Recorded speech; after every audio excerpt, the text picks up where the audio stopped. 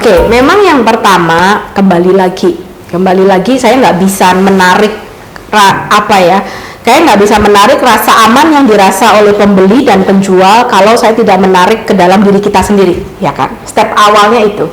Ketika teman-teman bertemu dengan klien di tempat manapun, mau di showing, mau di apapun, pasti yang dinilai adalah kitanya.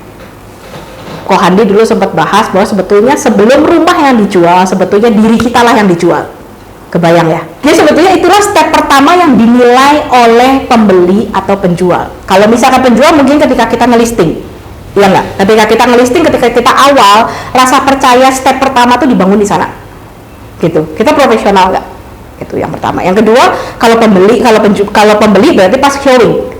Nah, makanya itu kembali di Beyond juga menekankan bahwa apakah itu atribut seragam, apakah itu name tag, apakah itu kartu nama, apakah itu cara kita memperkenalkan diri, gitu, apakah itu cara kita menjelaskan unit, itu semua dinilai, itu semua ada nilainya.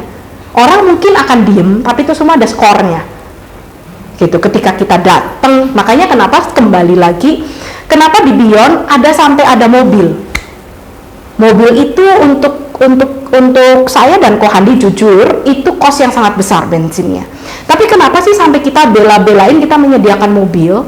Kenapa? Karena kita tahu ketika showing ada kemungkinan ke Bandung ini sering hujan dan lain-lain gitu kan. Ketika kita showing, mungkin kalau kita turun dari mobil dan kita nggak keringetan, nggak apa-apa tuh akan lebih meyakinkan bagi pembeli. Nah, itu sebetulnya behind story kenapa mobil kantor ada. Kalau teman-teman mau pakai untuk pinjam ketika showing supaya lebih tampil meyakinkan, silakan, karena memang itu tujuannya. Memang antri ya pemakaiannya. Gitu. Nah, jadi sebetulnya ketika kita awal ketemu pun sudah ada skor dari pembeli. Ketika kita menjelaskannya kita bagaimana? Berebet-berebet atau lancar atau tertata baik, itu keluar skor lagi. Gitu. Nah, itulah skor itu kalau memang bagus, memang ketika pembeli percaya, maka yang keluar apa? Yang keluar adalah angka negosiasi karena dia trust. Gitu. Kalau dia nggak nego, ada kemungkinan dia nggak cocok unitnya atau dia nggak percaya sama kita, itu juga bisa. Betul kan? Aduh, gak meyakinkan, gue seneng unitnya tapi gue kok kurang feel sama agen. Itu ada beberapa klien yang ngomong, satu nggak serak sama agennya, kamu pegang nggak? Bahkan sempet nanya ke kita tuh kayak begitu kan, saya lihat unitnya, saya cocok, tapi saya nggak cocok sama agennya. Kamu pegang nggak? Kalau kamu pegang, tolong dong, gitu. Nah, itu kan udah warna yang berbeda ya. Berarti kan dia mislek banget sama si agennya. Nah, itu juga ada skor. Jadi kembali lagi ketika dia nego, nah, cara kita menyampaikan nego, cara kita bernegosiasi itu juga ada skornya. Nah, kalau ini skor semuanya bagus, sebetulnya tidak akan ada masalah ketika penarikan UTJ masuk ke kantor. Begitu. Nah, kembali lagi, apakah ada di lapangan owner atau buyer yang memang paranoid? Paranoid itu benar-benar nggak percayaan lah. Ada memang. Diobatinnya gimana? Ya diobatinnya ketemuan, kesepakatan. Kalau misalkan memang tidak bisa dihandle, oke lah, saya udah ngomong apa aja dia juga nggak percaya. Oke, kita datang ketemu aja di kantor, kita kesepakatan di kantor, kesepakatan jual beli, gitu. Nah, masalah dari kepercayaan tadi ya, balik lagi ya Pak Tarnan. Terus yang kedua adalah masalah legalitas. Masalah legalitas memang tidak bisa kita lihat, nggak bisa. Data legalitas itu hanya bicara berkas memang. Nah, berkas ini baru bisa keluar memang ketika ada deal. Saya pernah nggak minta saat di tahap pertama ngelisting saya dapat berkas sertifikat? Pernah nggak? Pernah. Khusus untuk memang klien-klien yang memang mau nitip ke saya. Misalkan saya nggak kenal, terus tiba-tiba dia ada masuk, Bu, jual properti ya, gini. Saya mau nitip di daerah ini, bisa nggak? Nah, biasanya saya mensyaratkan tambahan, bisa Pak, kita nggak berbayar, kita bantu, tapi memang kami minta kopi sertifikat. Itu bisa, karena dia menghampiri saya, dia yang nanya, kebayang ya, jadi posisi saya tuh agak lebih tinggi lah gitu, jadi saya bisa minta.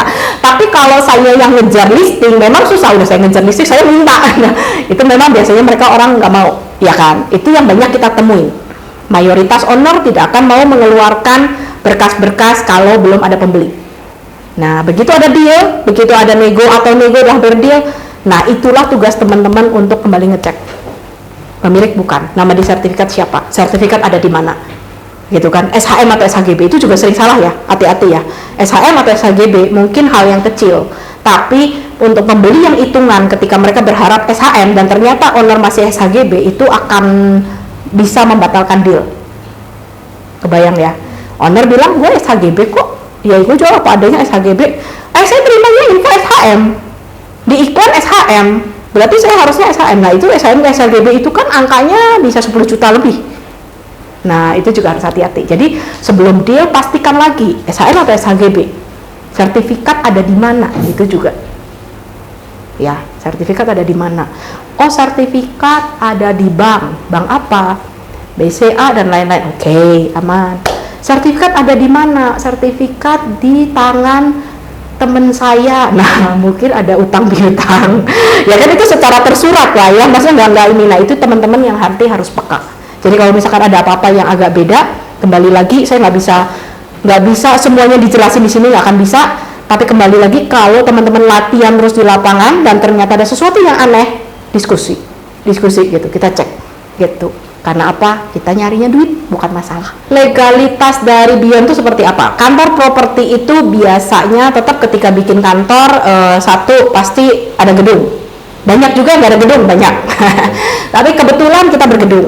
Jadi kadang memang ada yang nanya, oh Beyond ada di mana? Gitu, kantornya di mana? Gitu kan? Saya harus meyakinkan klien saya bahwa kita establish. Saya biasanya bilang, oh ya kita dari kantor Pasir Koja pusatnya, lalu kita juga buka di KBP, kita juga buka di TKI, sama di Pasteur juga ada. Itu aja biasanya orang udah oh gitu ya. Soekarno-Hatta kita juga ada. Nah itu jangan